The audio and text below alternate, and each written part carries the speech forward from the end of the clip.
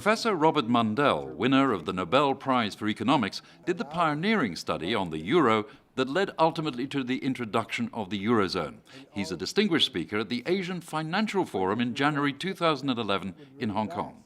So, Professor Mundell, thanks indeed for joining us here in Hong Kong. Now, one of the big issues at the moment is whether there's going to be a currency war, chiefly between the United States and China, with the US really demanding that China appreciates its currency, whereas the rest of the world looks at the US dollar, which is at the moment sinking. So what do you think? Do you think there will be a currency war? A currency war is just a shorthand expression for referring to a problem connected with the currencies. There's not going to be a war. A real currency war would mean that China is trying to fix the exchange rate with the dollar at one level, and the United States started to intervene in the foreign exchange market at another level. That would be a real war, and that would be, but that war would be so horrible that nobody would do it long before that takes place. They'd have backed away from it because it wouldn't be a terrible thing for the international monetary system. So what should the US be doing really to balance its trade with China? Well, there's no direct way the country can, like the United States, that doesn't intervene much in the foreign exchange market or in any market can fix the bilateral balances. There's no reason why bilateral trade needs to be balanced. As long as the United States and China are trading, the U.S. is probably going to have a deficit with China and China will have ultimately a surplus with the United States and a deficit with some other countries. It's overall balance that's really the fundamental thing. But it's easy, of course, for the United States because they have both China has an overall surplus and the U.S. has an overall deficit, so you can work on the Chinese side, and that's why the focus is on the RMB rather than otherwise. But if you think of the U.S. with a deficit that it's had of something like $800–700 billion over most of this period in the past that it had this deficit, the Chinese element of that deficit was about a quarter or maybe a third of it, and maybe it could even be getting up at some point to close to 40% of that deficit, but it's only part of it. And looking at it from the China point of view, do you think the Chinese government are taking the right track here, really allowing the renminbi to appreciate a little bit, but not too much? It's hard to say in a way because I think inside China there's not a complete unity of opinion inside China, just as in the Western democracies. There are divisions of opinion between, sometimes in the US, between the Treasury and the Federal Reserve, or between the Treasury and the State Department.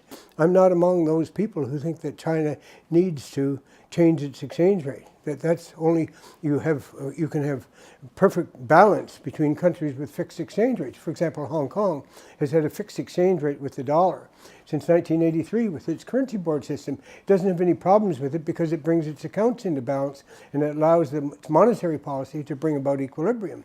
But China doesn't have a strict currency board system like the United States. There's no automatic adjustment system that's going on in China. It's discretionary. Chinese authorities know that they have to, in the long run, increase total consumption in China. And talking about the Hong Kong dollar, because you mentioned that before, some people see that as being between a rock and a hard place. On the one side, the US dollar is beginning to weaken, and the Hong Kong dollar is pegged against the US dollar, whilst the renminbi is strengthening. So do you think that really the Hong Kong dollar should be in a basket of currencies against the renminbi, the yen perhaps, as well as the US dollar? That would really invite a lot of instability for Hong Kong and its policy. The dollar peg has served very, very well since 1983. There are two cases where Hong Kong might want to consider changing its exchange rate. One was that if there's any demonstration of real instability in the United States, monetary instability in the United States, but there's no indication of that because inflation rate in the United States is 2% or less. There's no inflation in the United States at all. Some people think there's even deflation.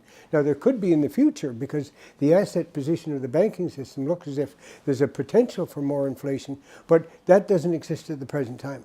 And the second case would be if China itself, mainland China itself, moved toward complete convertibility.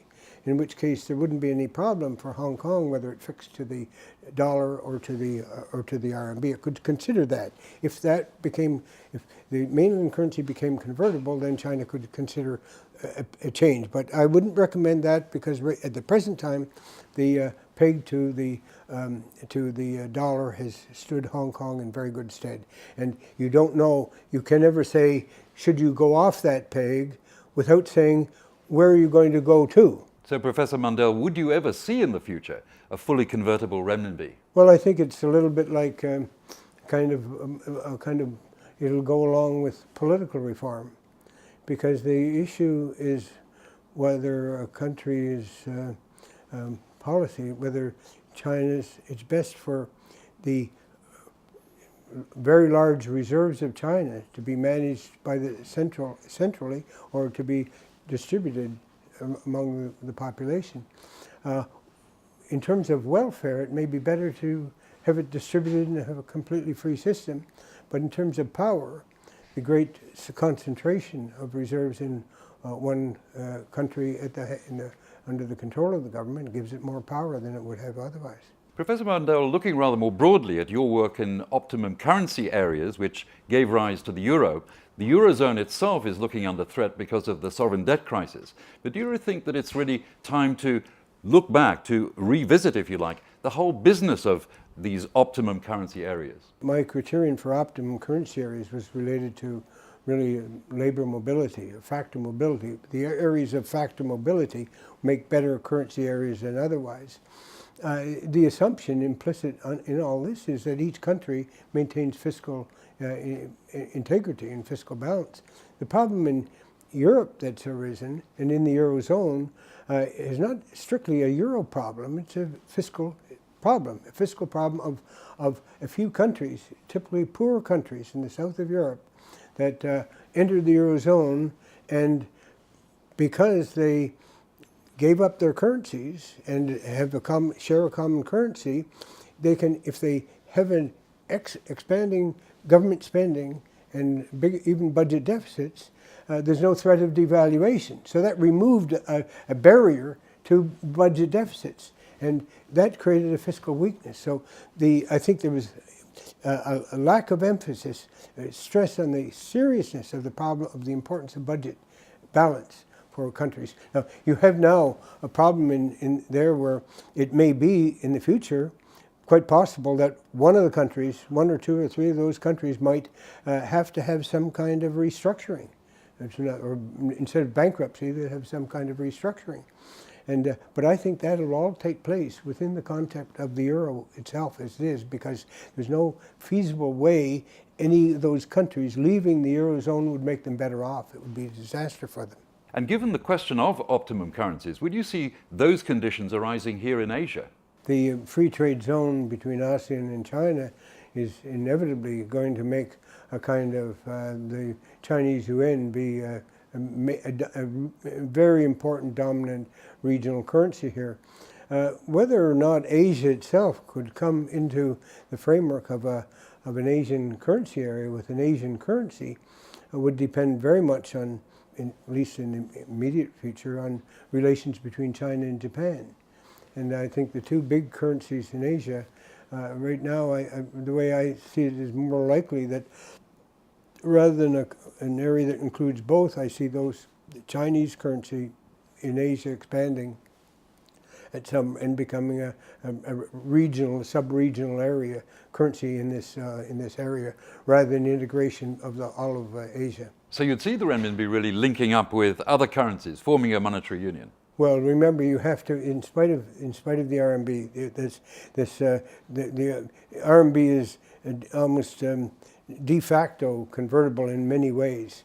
You see, one of the global currency, the theoretical currency in the world is the SDR, the special drawing rights of the IMF, which is a basket right now of four of the major currencies. There are the dollar, euro, the pound sterling, and the Japanese yen. China has not been in this, and China should be put in this. I agree that even though the Chinese currency is inconvertible, or not completely convertible, that because of its great strength and because of the fact it's the biggest exporter in the world and number two power in the world by country, you can't exclude China's currency from this. So it should be put into this with and along with the other 4 currencies. You have a 5-currency basket, and then it doesn't have to have a large weight in the basket the first time. Every 5 years they have a review of these. They're making their next review. It has to be by 2011. So they have to finish it up this year. And I myself think that China should have at least, for a starting point, a 10% weight in the basket, and then that would be doubled or even more than that doubled in the next 5 years after that. So I think that shows that the RMB is on its way to being one of the top currencies in the world. Maybe the dollar, euro, and the RMB will displace at the moment the yen and the pound sterling in the long run because of the great growth of China relative to those other countries. Professor Mundell, you're attending the Asian Financial Forum 2011 in January. What are the real big discussion points that you're going to be hearing there? Are they going to be the same as we've been discussing now? Well, I guess some of the issues we've been discussing, the role of the RMB in Asia, the possibility of an Asian currency area, whether a lot of people think it's possible. I once thought it would be worth considering and to doing, but I found the political elements may make it difficult to achieve. And of course the exchange rate, the dollar US, the RMB dollar exchange rate, that'll be an issue that'll certainly can't avoid it.